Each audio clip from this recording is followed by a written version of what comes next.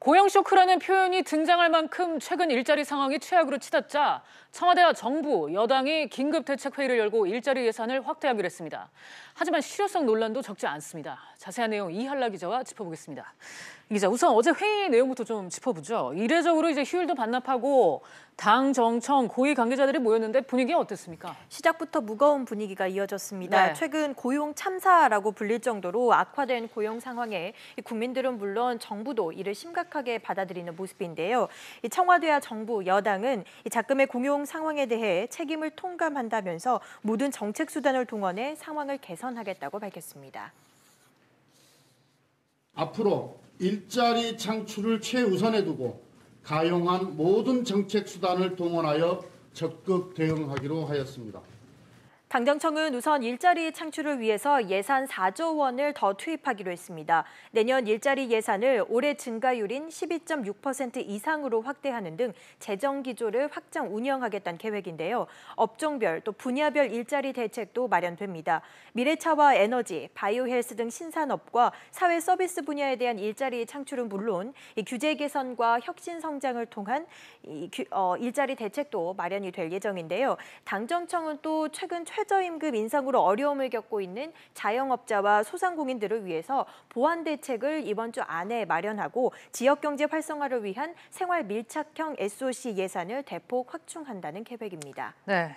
그런데 이 기자, 어제 회의에 참석했던 이 김동연 경제부총리 그리고 장하성 청와대 정책실장이 고용 쇼크의 원인과 해법을 두고 또 서로 의견을 보인 것 같더군요. 네, 맞습니다. 장 실장은 어제 최근에 고용 지표가 악화된 원인을 경제 구조의 문제라고 지적했는데요. 현 정부의 정책이 효과를 내기까지는 아직 시간이 충분하지 않았다며 지금의 고용 위기는 정부의 정책 실패가 아닌 예전부터 지속돼 온 구조상의 문제라는 입장입니다.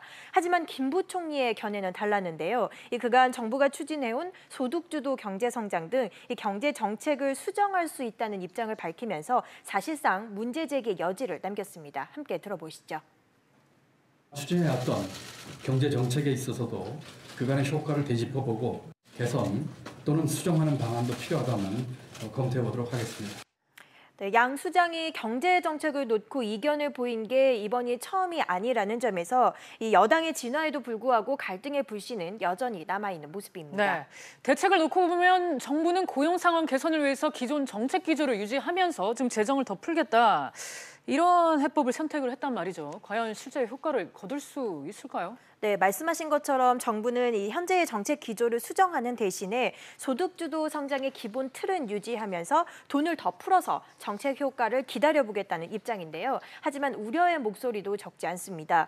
현 정부 들어서 투입된 일자리 예산이 현재 50조 원이 넘는 상황이거든요. 당정청의 발표대로라면 내년 일자리 예산 증가폭이 21조 원 이상으로 늘어나게 됩니다. 물론 그간 예산 확대로 이 공공 부분의 일자리가 늘어났다는 점에서 정부의 재정 정책이 전혀 효과가 없었다라고 볼 수만은 없겠죠. 하지만 지금과 같은 재정 정책은 이 안정적인 세수 확보가 전제가 돼야 하는데 이 지금 상황을 보고 또 향후 경제 상황을 감안해 보면 효과를 장담하기는 어려운 상황입니다.